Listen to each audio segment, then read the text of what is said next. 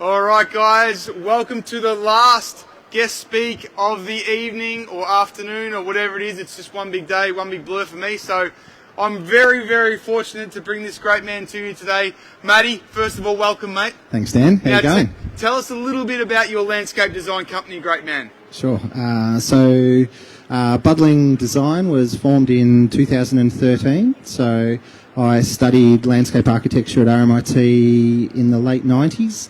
Graduated in 2001 and have worked throughout Australia and a little moment in Hong Kong as well. And so exposure to projects across Southeast Asia since then. So been working commercially since 2001 graduation. And is all your stuff commercial based, or is it a bit of everything? A little bit of everything, yeah. So I've been focused more recently, and I think this is probably a response with COVID to some larger residential projects. Yeah. And I also specialise in parkland design and playground design as well. So a part of Budling has been focused on inclusive design principles. Yeah. And so there's been a really wonderful thread there, and you would have seen that at the Flower and Garden Show this year. So we will continue to do that great work.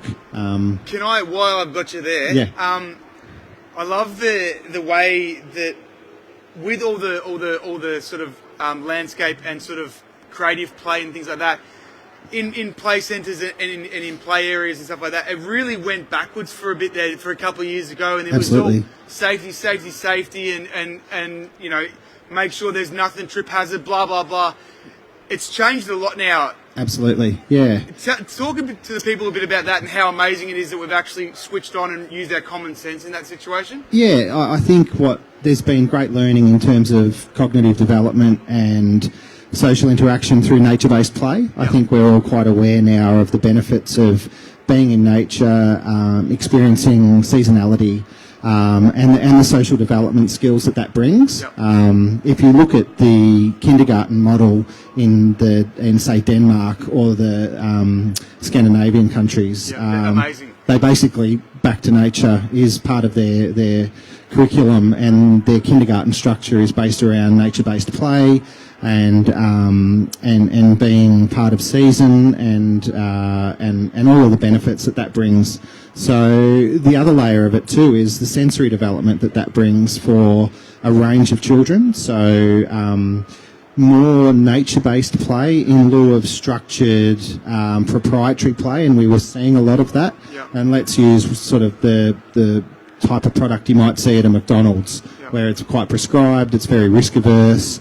It doesn't actually bring a lot of broader values in terms of social connection and understanding of nature. So yeah, there's been a great shift there, and I think a willingness to balance the perceived risk against not doing something, because that's actually a greater risk.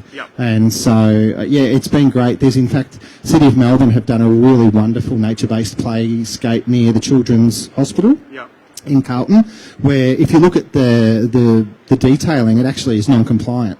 And they did that in order to test and interrogate the benefits of doing that, rather than just being compliant to code, which each year Playground Safety Code gets more onerous and onerous, so to the point where play becomes diluted so much. Isn't that fascinating that a council actually took that risk and did that in that situation? And it needed that. It actually needed the government sector to go, hey, let's actually look at this and do things that also not only questioned risk but also management and maintenance.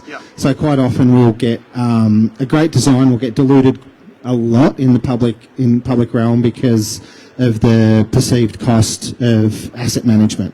So that's a great playscape in that there's areas where you can go and build huts, you can collect leaves to go and make cubbies, and it encourages those social cues to occur. On paper, in the past, that would have been a real challenge because council would have said, well, how do we maintain that? How do I put a budget to that annually? What's the cost of this? And so the cost benefit was skewed. But I think there's much greater awareness now of the broader values. So I think we're starting to get our heads around the developmental understanding of a kid and how important it is to learn those things where, oh, I've got my finger stuck, or, oh, I've got these things. Otherwise, these kids aren't having those interactions and having those lessons that they need to learn. Yeah. That we've all learned. I mean, shivers. I look at the treehouse I used to climb when I was a kid. I'd never let my kid up there. You know what I mean? But they're so beneficial in the growth of a child to make sure they understand that and not be told no all the time. You know what I mean? Yeah, and landscape's I would say the best vehicle for that. I mean, it can be scaled. It changes with season. You can still bounce. You know, so. Yeah, the benefits of approaching landscape for the more inclusive design and nature-based design is it's just so obvious, and it's really nice to see that the regulations are softening around that and starting to understand that we do need to allow things to happen ultimately. Because the greater good is so much stronger. And obviously, yourself being a father of kids, you know what I mean. You see that as well, don't you? Being a parent, you know, seeing that how important it is for these kids to be outside. We've just spent a horrible amount of time inside. And I think, in a way, it's actually worked. It's obviously we've all had a horrible time, but it's made us think how important that time outside is. That interaction with nature and people and all those different elements we realistically took for granted.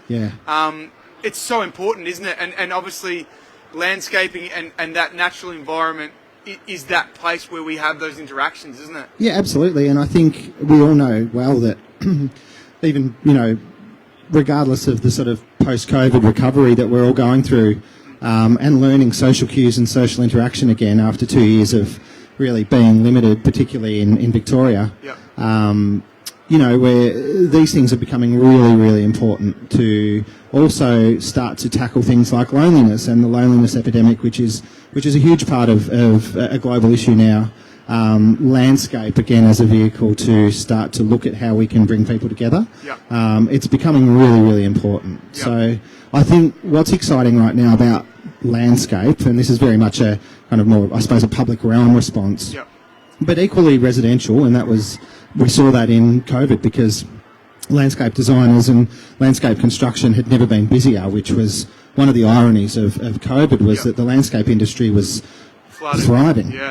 You know, the challenge, I've digressed a bit here, but the challenge with the landscape industry at the moment is it's actually it's exhausted from COVID. And we're seeing that. We're seeing contractors at the moment where other parts of the market in the world are kind of recovering and going, okay, what now? The landscape industry's had a really busy time, and they're tired. It's quite interesting to see what's happening. You're exactly right. It's the opposite to a lot of situations. And I think it's really made people think about how important it is to have a really good social environment. And I think obviously a lot of people working from home and all those different things, it's really got people thinking about how important it is to utilise that, whether it's just a vista out a window or it's an actual usable space where they can go do a Skype video call or something outside where they get, you know, it's a nicer environment and they can actually enjoy it. You know what I mean? Like, and I think also food security. I mean, that became such an issue for us during the great supermarket debacle when everyone went and stocked up, and you know there was inherent fear in food and produce, and I think a lot of people responded with kitchen gardens and the culinary movement, and the paddock to plate movement with food and beverage has already been really strong. People want to know where their food's from, are happy to pay a little bit more if that narrative is authentic. And I think the whole kitchen garden and culinary garden space for people in domestic, in residential, there's been a massive shift there. We're seeing that in most of our designs now, that people are wanting that. The increase in community gardens that's gone through the roof. So that's really good to see. And export, obviously imports and exports. It's copped an absolute beating, obviously, with everything happening in the world. How great is that for Australian made and local produce and all those different things that we've sort of taken for granted because maybe they were a tiny bit more expensive than what we were getting imported. They're actually financially feasible now as well. That's right. How great is that for us? I mean, it's a positive out of the negative for sure. I think so. There's optimism in that, and I think that people are warming to the fact that there needs to be forward planning. I think the last 10 years, particularly in the construction industry and in other parts, we got quite complacent. We could go and we could pop up to the store or Bunnings or wherever. Forward planning's become a little bit more important now if we are going to grow locally. And I think about tree procurement. That's a massive one. We know that that's an important thing for us. Materials, timber at the moment. You know, there's been some real concern there, but you know, I think we will get better and less complacent. And I think we probably got ourselves in a little bit of a space pre-COVID where we were just a little bit reliant on being able to whip up to the store or the timber yard and get what we wanted then.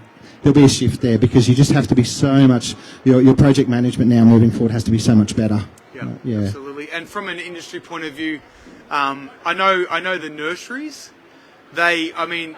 a lot of nurseries were just completely sold out because there's so many plants being bought throughout that time and that period.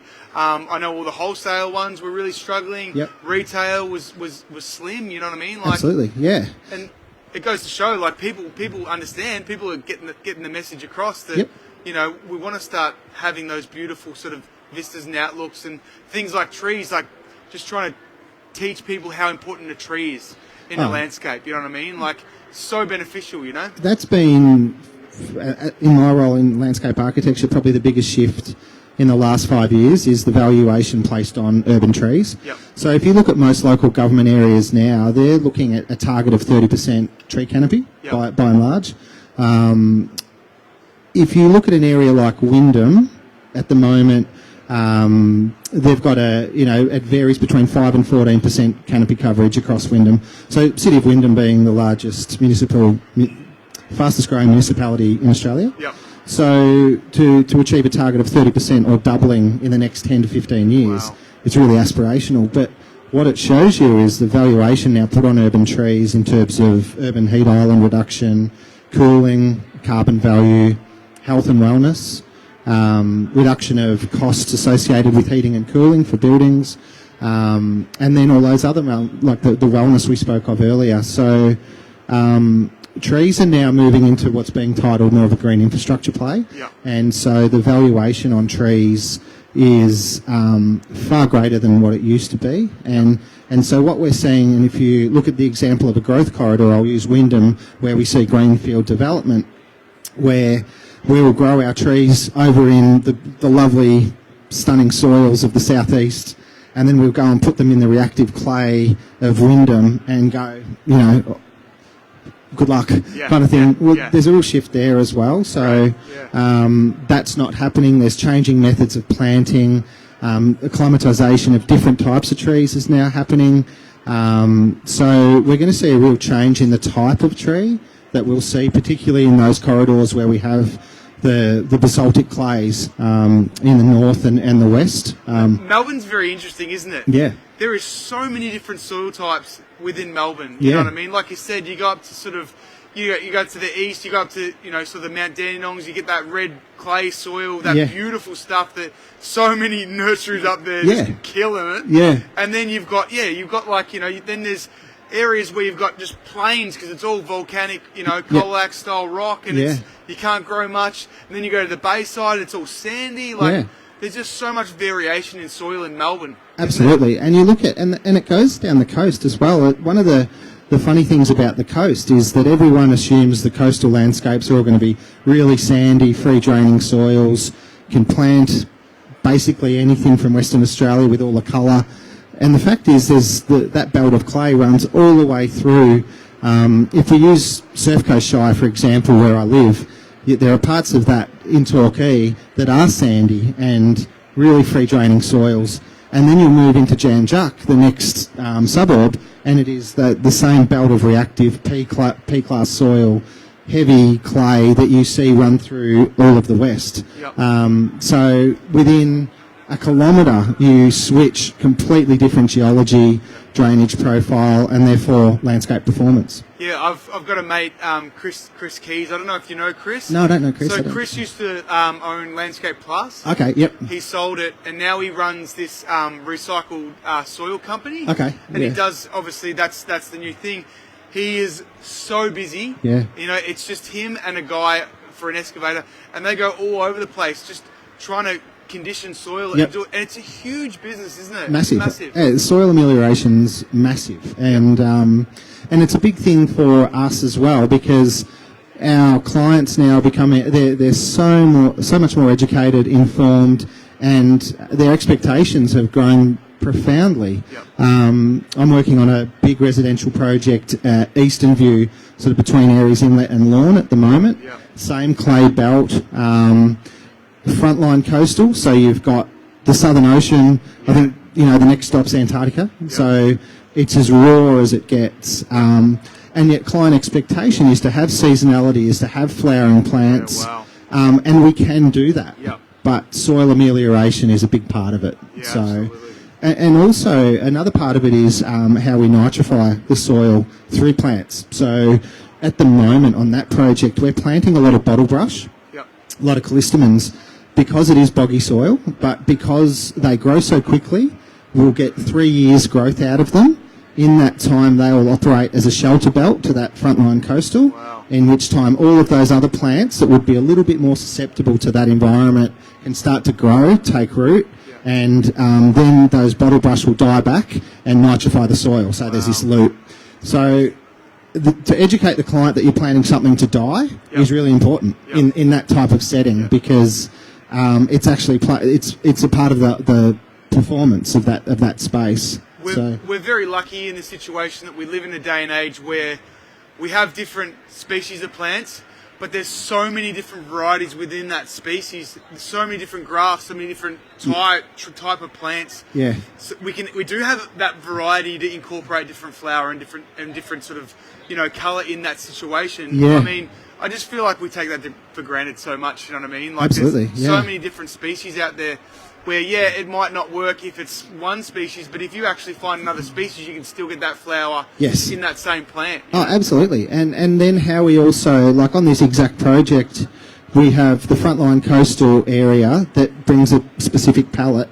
Literally, as we go over the crest and behind the house, it's protected from the southwest prevailing winds. I've got a completely different plant palette. Crazy. Like it is incredible the difference. We're using pomelias like rice flowers, kangaroo paws, and then within 10 metres I switch it because of that prevailing wind. So the second line coastal is a completely different palette. And that's what I mean. You can't expect someone from the general public to be able to have that knowledge to know the weather conditions, the soil types, all those different sort of elements. Yep. You can't expect people to know that. No, absolutely not. And that's absolutely our role. I mean, that is absolutely our role, to come, and if we don't know, to collaborate with someone that does, and bring in the right people, and firstly explain and understand the client expectation. Yes, you could go onto that project and mass plant it with your lomandras, your poas, your rhagodias, your bus stop plants, the really tough stuff. Yep. But if the expectation is to get seasonal flowering, to get meadow plants, to get different heights and textures, well, we can do that. But it comes with other parts of the puzzle as well. And in that situation, in a coastal environment, how important is it to bring in different materials, like your raw materials, like your rocks, you know, your natural paving, all that sort of stuff that's obviously does really well in those climates, but also allows a bit of transition with the plants? Yeah, absolutely. And I think we're really blessed to have someone like Bamstone down in Port Fairy. I mean, it's fair to say, I think by product, their bluestone is fantastic. It's really, I would regard it as the number one sort of bluestone supply. It's from the coast. We can get it there. Incredible lead times. But it's fantastic to be able to use a material like that. Equally at Aries Inlet, though, we're able to quarry. There's a limestone quarry as well. Sandstone quarry. There's some beautiful sandstone and limestone down that way too. It's incredible. So that's another education piece with the client, that it's always good to be able to go to the clients and say, look, we can specify this, but we can also locally go and get these materials. And I would say morally that it's a much better outcome to be using and supplying and sourcing local, and from a economic perspective, but also from a natural perspective, in lieu of getting something that looks like that from overseas. I mean, the carbon footprint alone of that. The irony is, though, that it costs twice as much to source locally. That's right. So hopefully we see that rebalance.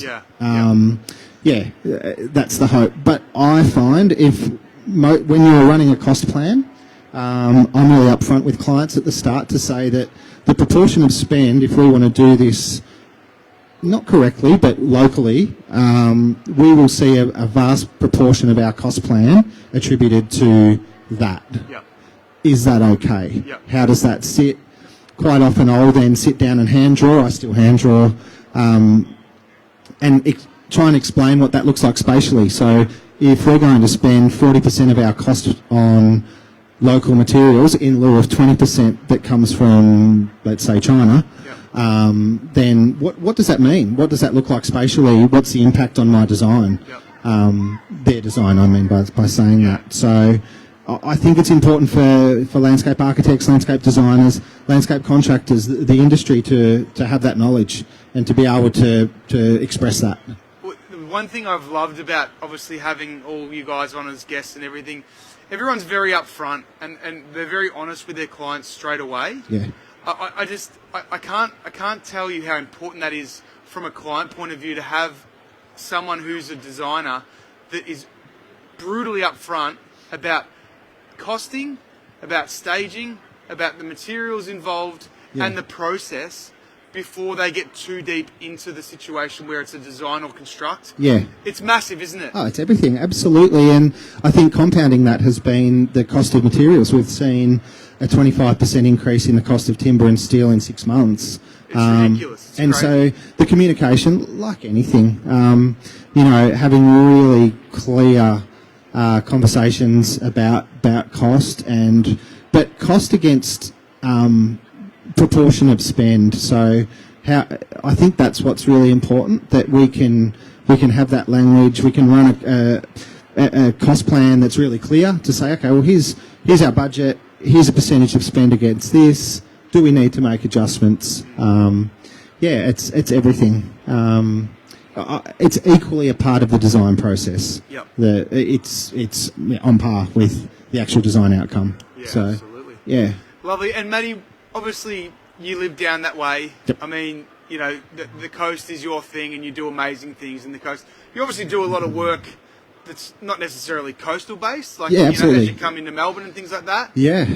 Do you try and put a little bit of a spin on it with your coastal stuff, or you just sort of stick with what you do, what the clientele sort of wants? Do you? I think, I do, in terms of understanding what performance. I've got a project in Richmond at the moment. It is a lower density rooftop garden. Yep. So it will be exposed to high wind, increasingly high winds as built form goes up around this part of Richmond, wind tunnelling, etc. So I try and bring the learnings of that coastal landscape, obviously without the saline aspect, but certainly the wind, and also the drainage, because it's a very similar performance, clay soils, and abstract that knowledge into that setting. So, absolutely. I think the learnings are there, but I think they're a design learning. I think the beauty of working in a coastal environment is that you can't really hide.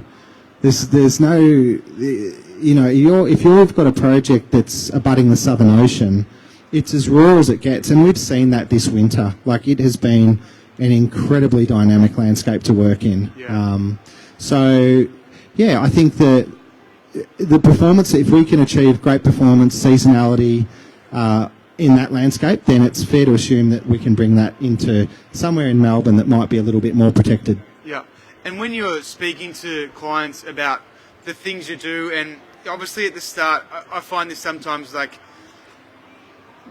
landscape design is in the grand scheme of things, is a relatively new thing.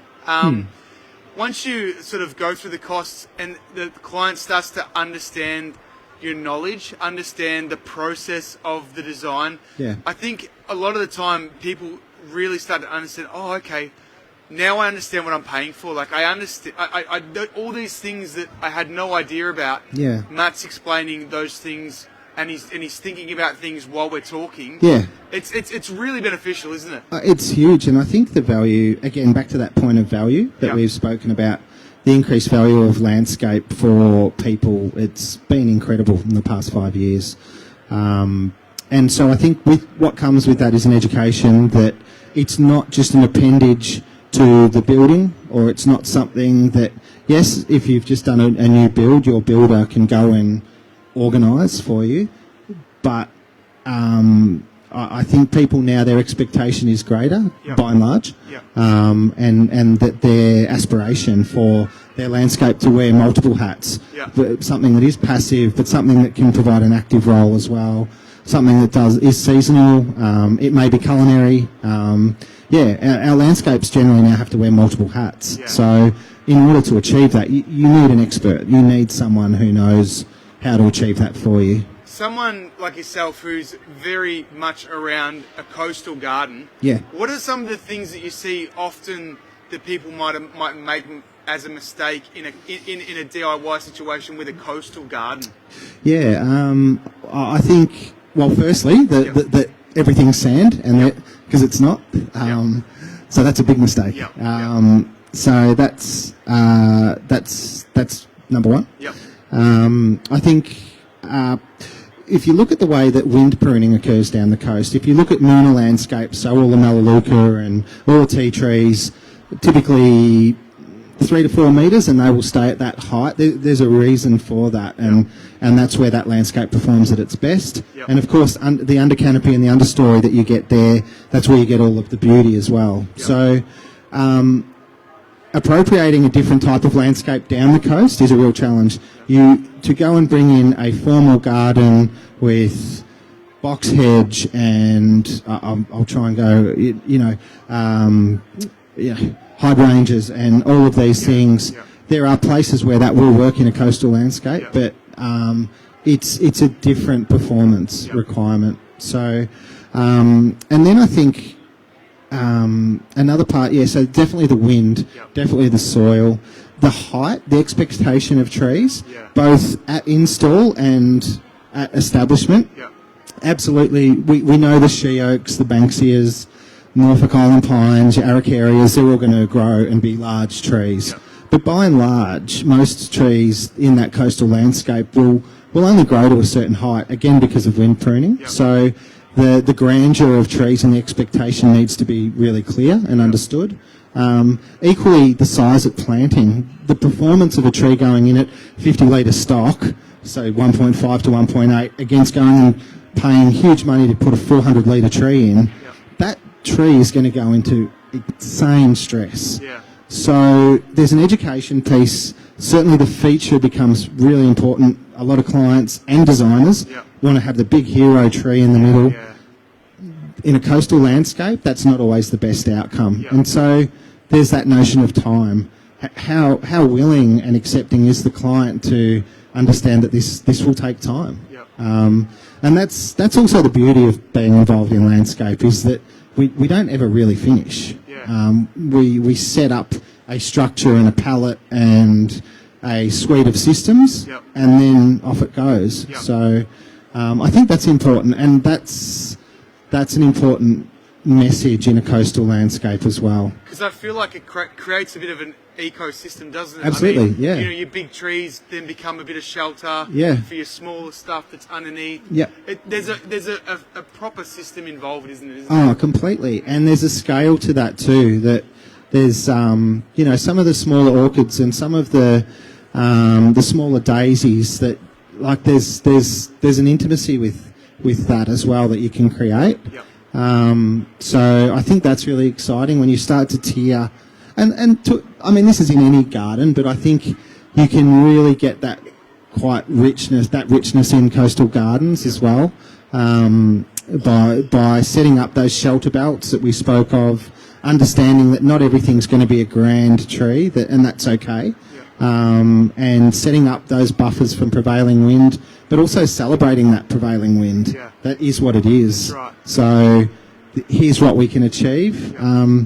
When I first meet with clients, we always talk about that. Yep. And talk about the different types of landscape typologies that we can realistically achieve. Yep. And I think that's a really important piece. I think one thing about coastal plant outs and coastal theme plants, there's a really lovely sort of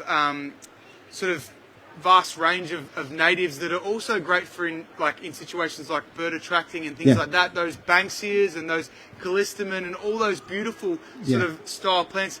You're also looking at that as well, aren't you? You're looking at the ecosystem and what you can bring into the garden. Absolutely. It's free of charge, obviously. Oh, look, the native bird attraction is a huge thing. Yep. Doing a planting, we're seeing it at Aries at the moment. There's no honey eaters. There was 6 months ago when we started on this project. The word's out now. They're all coming. Spring's going to be prolific with native birds. And the clients are loving that. The clients are now buying books on native birds, starting to research. Yep. So, I think it's a wonderful byproduct of it, and quite often a catalyst. So we're thinking about it, and again, it's about educating and ensuring that the client is interested in that. If the client is also looking at other broader things like running chickens or some of the more those sides, particularly in a regional setting, then what are the benefits there? How is that going to also assist soils? What's it going to attract as well, good and bad? So on the other side, flip side of the coin, pests. Yeah. More known pests. Obviously, when you incorporate these, we all just want the nice ones. How do you go about, dealing with pests and talking through clients what sort of plants you can put in that might be deterrent or might help with, all that sort of stuff? How do you go about that as well? Yeah, look, I'll use that just by example. The areas in that project, or Eastern View, we knew that there was kangaroos coming down. There was rupu everywhere, so we were quite aware that kangaroos were going to be something that we'd have to consider. We hadn't seen rabbits. We knew there were foxes. Yep. And so we kind of started there.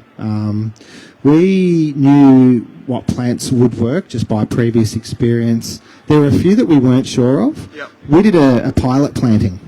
Yeah, right. So we did a pilot planting in December that tested some different things to see what would work. We claimed it was discretionary and that it was sacrificial. And what came out of that, there were two things that got absolutely obliterated by the roos. The arthropodiums, the Matapari Bay, which were beautiful until they came along, and so that's got wiped from the palette. And Myoporum, the ground cover, creeping boobiella. Right, so which we couldn't believe. Yeah, that's because unreal. it's that's unreal. The toughest native. So and that wasn't your fine leaf, obviously. No. Yeah, right. So that was, and we used purpurea as well. So what I had hoped to use as a ground cover as a binder for the escarpment in mass had to get scrapped. So I think that's in part an answer. We had an inkling, but I would never have been able to say to the client, Myoporum's not going to work here on this site. I find that absolutely fascinating that you guys actually did a trial run. That's unbelievable. Yeah. I've never really heard of much of that. I mean, I suppose that's part of getting, one of the best to do that, is that you're taking into account the potential threats and potential issues, and you're solving them straight away. Yeah, and look, we went to, we work with all of the nurseries, and in this case we were getting a lot of plant stock off Wombat in Moorlap. Yep. And they grow incredible native stock. Nat and the team there do an incredible job. We're also working with Otway Indigenous Nursery, which is in Aries Inlet as well. So we went to them and said, look, this is what we want to do. We want to trial and do a planting, no irrigation. We're going to set and forget, and see what happens. And so we've been doing that. We've been trialling leucodendrons. We've been trialling all sorts of different things that I would never have planted. They're getting that knowledge back, so there's a benefit for them. Can I just stop you there for a second? Yeah. Obviously, Leucadendron's not native. No, it's not. No. So native to South Africa. Yep. Correct. So this is what I love about people like Matt. Obviously, but in a native setting, look fantastic. Absolutely. So it's having that knowledge of knowing plants that aren't necessarily native, but look great in a native setting and have the same characteristics as a native. Yeah, to be able to use as a sub. Yep, that's right. And obviously being mindful of those that are non-invasive, of course. But that like Leucadendrons, we all love them at the moment. They look incredible. I would never have put them on frontline coastal. I will only do it on this job in a very prescribed way, bound by path network. So it is a very prescribed space. But the two cultivars that we've been trialling are firing. So I love that because I love Leucadendrons. So do I. Yeah. So that's been really good. We've been trialling different Dianellas. We've been trialling a Pattersonia that they found a seed in Aries and then that's gone whoosh. That's covered in blue flowers. So the reason, obviously, Matt as well, but myself love a plant like a Leucadendron is because you're getting that colour in foliage. It's one of those ones that has variegated colour in foliage, so you're not heavily reliant on a flower. And you get that colour in foliage. So they're a fantastic situation where you want something that's like a small to medium shrub, and in a setting where it can just act as a backdrop or do its job in that situation where we don't heavily reliant on that flower. Yeah, that's right. Yep. And so that's like the cherry on top when that pops through. At the moment, we're seeing those incredible flowers. So they've come a little bit early. So, Sorry, you were talking about something. I just had to cut you off, but I do that all good. the time. I've forgotten too. Now, we'll just quickly ask, anyone got any questions from that? Or we're absolutely rolling along beautifully here? All good? Okay, I want to ask you a little bit about your first Melbourne International Flower and Garden Show. That's where we met and fell in love. Correct. Tell me about that experience. Like, how amazing is it? How daunting is it? How it's an emotional roller coaster, isn't it? I was so just under-resourced, no idea, had a dream, and fortunately a site next to the good man, Dan. We met within 5 minutes, and it was just such a blessing because, look, that was the most incredible show. I'm back next year. Woo! So that's good. We've just come out of COVID. There was a lot of movement. We weren't sure whether the show was going to progress up until about 6 weeks prior. So we all had to speculate and kind of, hope for the best because you just need to forward plan. My forward planning was nowhere near what it needed to be. I don't think anyone's was, but look, we had an absolute ball. Our approach to the garden show was to do a sensory garden based on principles of ASD, of autism spectrum disorder, and I do a lot of work in that space. Ollie, my youngest child, is autistic, and so I have great learning and understanding and empathy of how he's approached gardens, public space, and social cues, social interaction. So our garden was an abstraction, equal parts education, sensory refuge. Sensory is a huge thing at the minute, and looking at how the role of gardens and garden designers, garden design in providing for a much broader community. And that's the beautiful thing about sensory gardens. They're not just for kids who require those sensory things. They're a garden for anyone. Yeah, absolutely. But they just cater also for those sensory for those sensory settings, you know what I mean? Oh yeah, that's a really important point, that the garden design was done absolutely for everyone, but with the broader knowledge of thinking about texture, thinking about dappled light, thinking about low sound, and bringing some of those principles that you see in more sensory-based design into a garden. And that's what I love about, one of the many things I loved about Matt's garden is because personally, my wife, we run a few psychology clinics. We see a lot of this. We see more and more of this by the day. It's not necessarily that these kids, these kids are getting tested, and we're finding out more about these different things, and we're able to incorporate these different gardens to help these kids along. And it's not something that we can't solve it, but we can certainly help these kids to have a setting where it's not, he's not quite right or whatever. It's no. he's perfectly fine. He just needs people need to understand his situation. You know what I mean? Oh, look, and you know, Ollie's going to run the world, so Yeah, it's exactly right. I think whatever neurotypical means, we're all in for a great shake-up. Very smart, absolutely. You know, so yeah, our garden, and I think our approach is one of aspiration and optimism, and likewise the garden next year will be around the loneliness epidemic. So our approach has been to use the Flower and Garden Show as a platform to talk and build a dialogue. It's not about answering a question; it's about just presenting it and using landscape as a vehicle for that. And that's the beautiful thing about it. I believe it is a platform where you don't have a client. You can sort of do whatever you want to do. And promote however you want to promote. Yeah. And that's the beautiful thing about it. Obviously, you have a love for landscaping and landscape design. Yeah. And then you obviously have a love for that sort of stuff as well. So to be able to combine them and sort of portray that to the public is an amazing thing. Yeah, I agree. And I think the storytelling side of it, I do love that part, and the kind of the art and sculptural / garden, that interface. I love that. And, you know, we saw the cues. It was... So MIFCUS this year was pretty much the first public event Melbourne had sort of post-COVID. Yeah. There were things happening, but it was a large scale, and certainly in garden design. In gardens, and that was phenomenal to see, just the energy and people yearning to be around other people, a part of something, that collective. So, yeah, that spoke to me, and I thought, well, you know what, we're on something here. Yeah. We could do a garden design that is about us presenting what we could do in a backyard or in a coastal environment.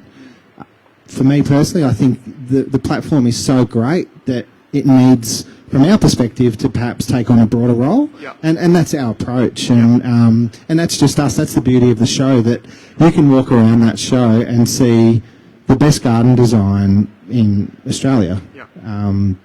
And you can also go and pick up on other narratives as well. So, yeah. And it's a great platform for everyone, from student all the way up to, you know, someone who's a landscape architect. Yeah. It's a beautiful, great sort of area to get ideas, feed off other people's designs. You might not necessarily like one bit, but then you can draw from another bit, and so on and so forth. And it's a great sort of innovative way for people to express themselves without having that clientele, you know, criteria to meet as well. Yeah, absolutely. And it's such an iconic Melbourne thing as well. Yeah. That's what I just loved seeing that again, that sort of sense of pride that we do carry in our event space, because it had been so lacking, you know, it had been 2 years of that. So that arts and culture celebration was...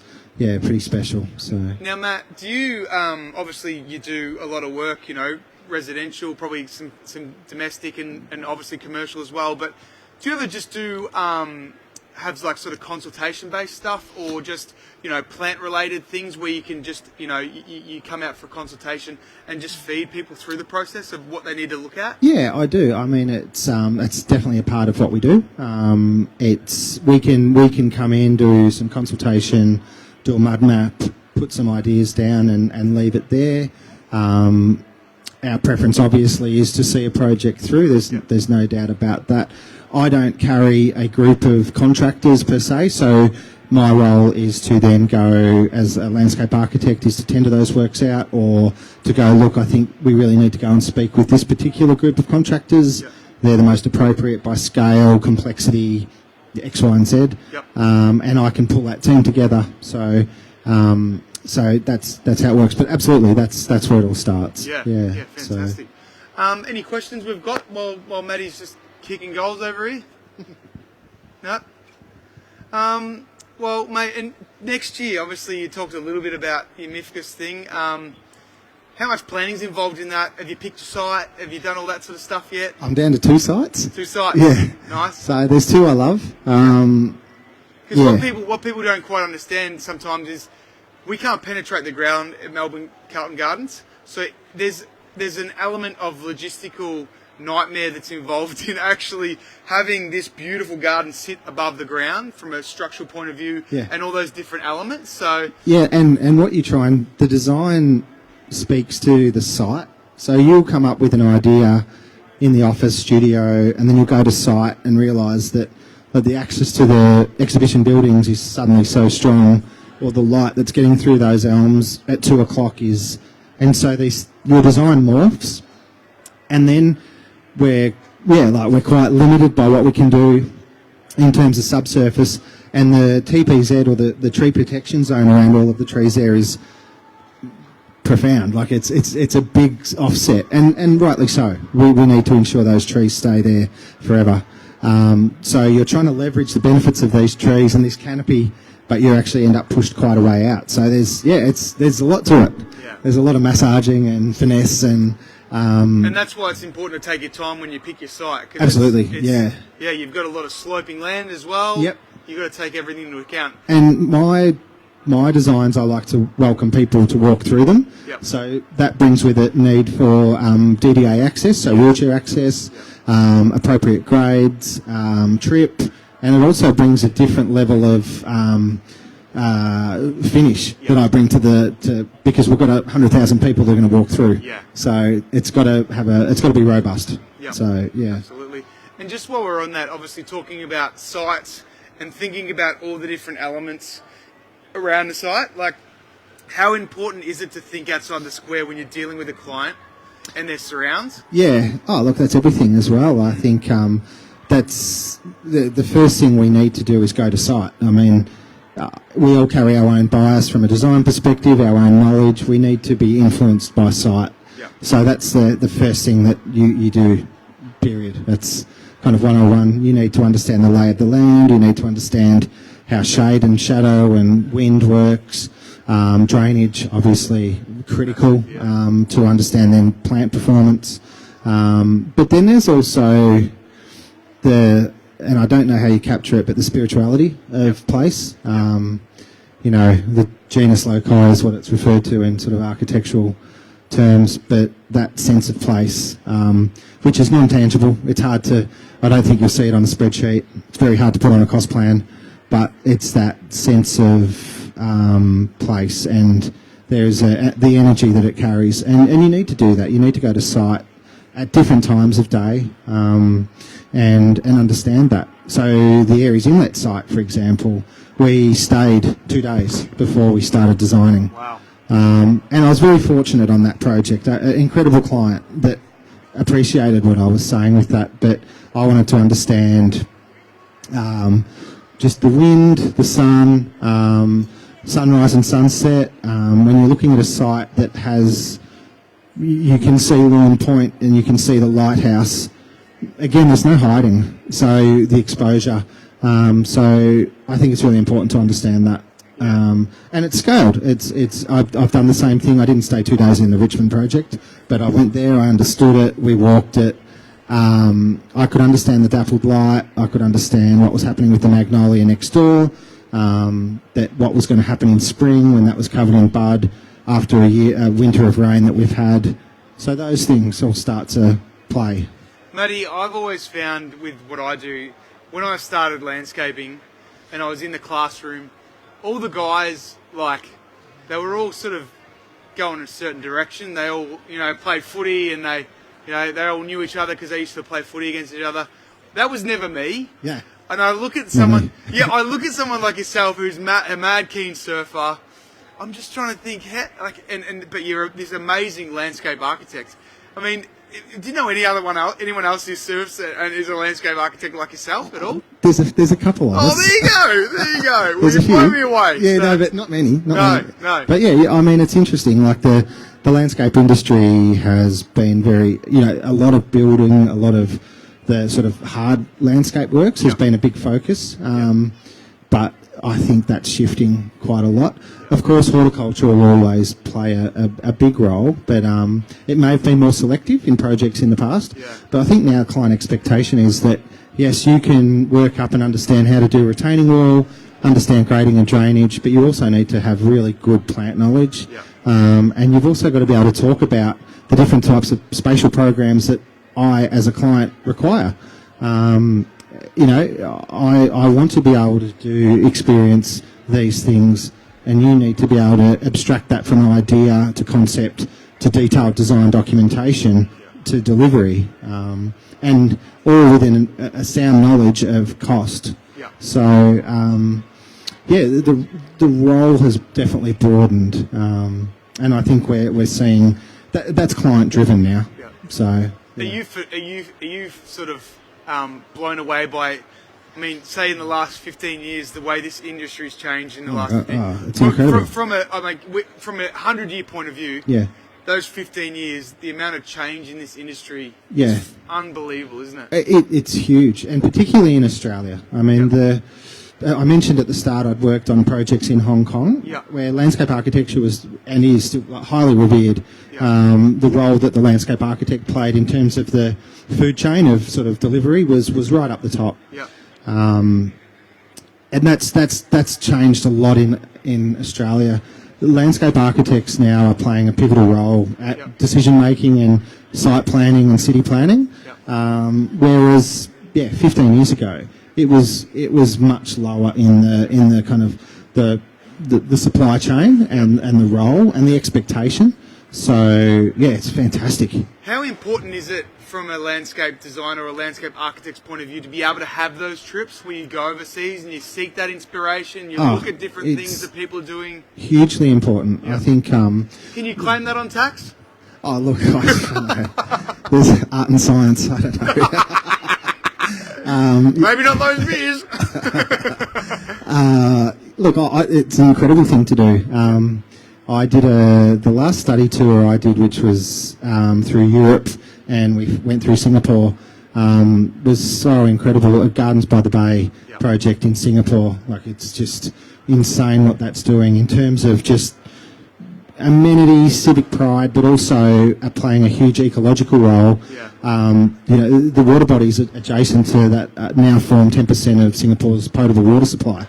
So you start to think about these roles that landscape's playing in humanity, and it's just awesome. Yeah, it's amazing, isn't it? So we do need to travel. We do need to see things, and the best part of all of these things is with that broadening role, there is still a notion of beauty and amenity. So we still get to create beautiful things, but the reality is now that we're being tasked to do a lot more.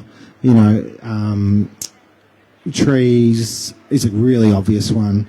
A beautiful tree that also has a carbon value, has a biodiversity value, has a health and wellness value, has a value in reduction of heat and therefore cost of electricity. We're starting to find these are starting to be quantified. So at a city planning scale now, we're starting to look at what is the role of getting a city working at 30% canopy in terms of its economic performance. So the value of street trees and urban canopy is now being actualised, which I find is phenomenal. I think, and I love it.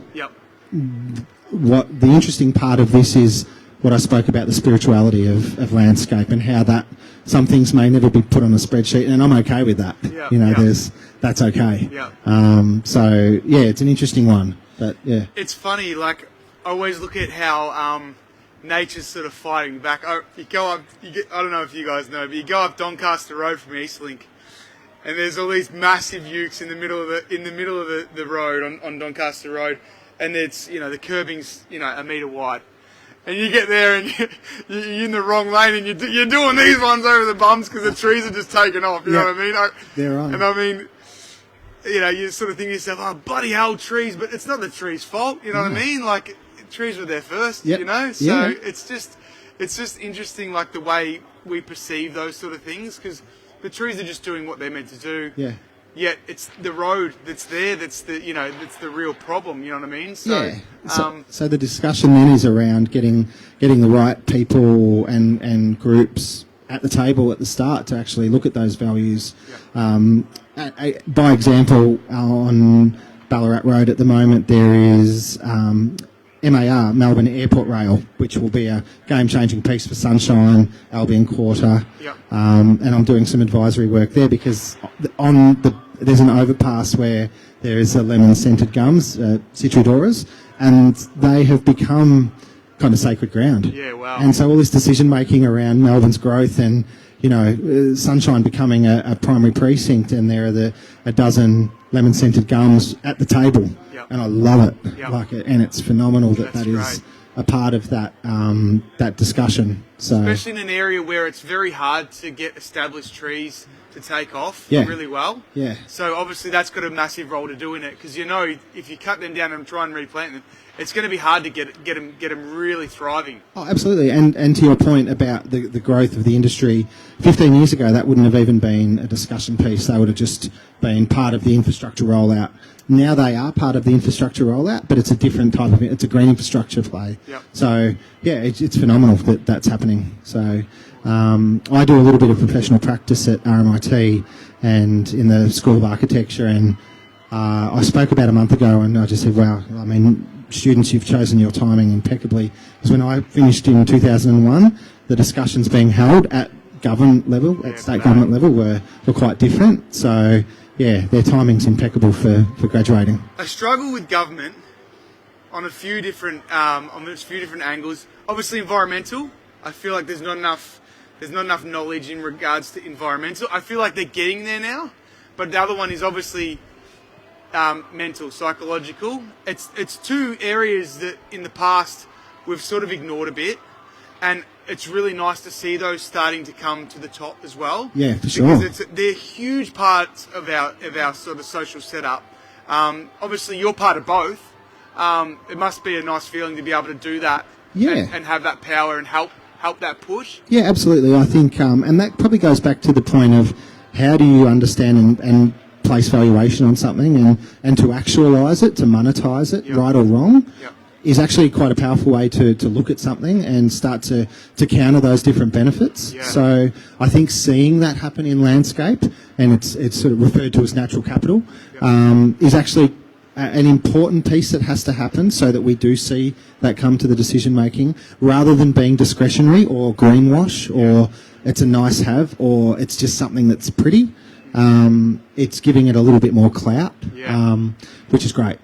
The health and wellness piece, absolutely, and I think that's also very much culturally and generational driven. Yeah. You look at millennial and those age brackets now. This is not discretionary or choice. This is demand.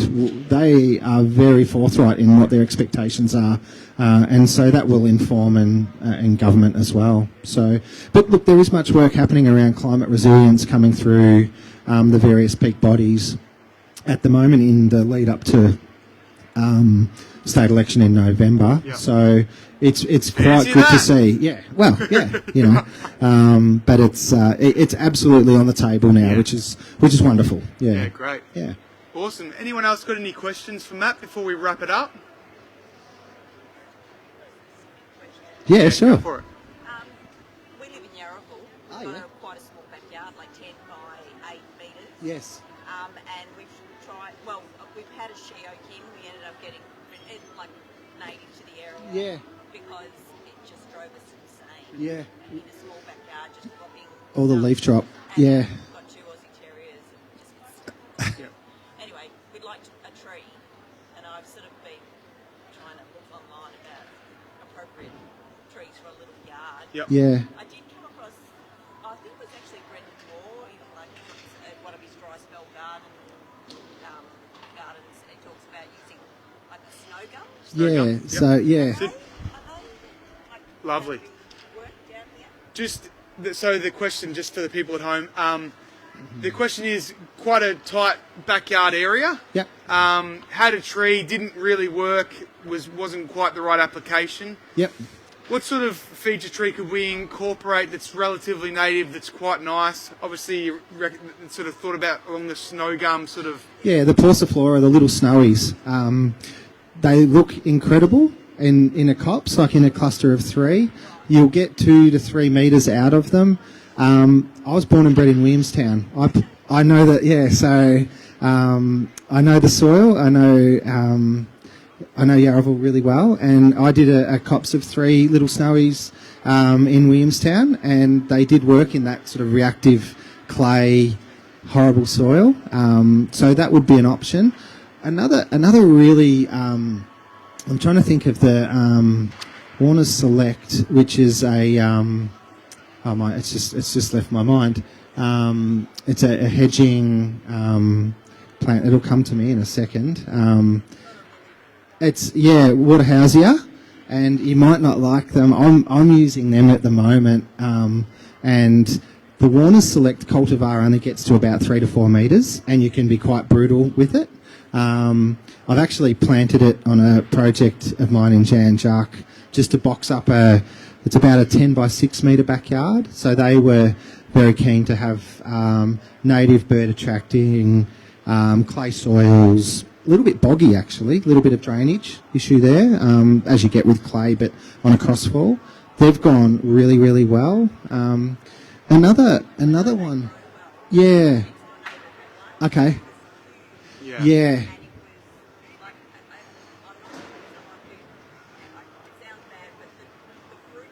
Yeah. Yeah, that might be more. That's more of like a syzygium, or it's a different, similar, very species, green leaf, but it's a different plant. Lily pills are very broad range. You've got Acmenas, you've got Acmena smithii, and then you've got Waterhousias also kind of fall in that sometimes. Waterhousia, but there's a particular cultivar called Warner's Select that Warner's have grown specifically for a small garden market. It doesn't have the fruit like the lily pilly, and it's got a very green ovate leaf, red growth at the moment. Really pretty. I love it, and it doesn't look. Quite often I'll get a client that will say, I'd love to have a feature hedge that doesn't necessarily, it's not a bottle brush or a lily pilly. That's a really good alternative, and you'll still get native birds. So that would be an option. And the common problem with a Waterhousia is the size, the sheer size. And if it's a cultivar that's much tighter, then that's a great sub. Yeah, sure. Absolutely. Another feature tree that we've been using are the brachychitons as well. And there are some smaller cultivars of those.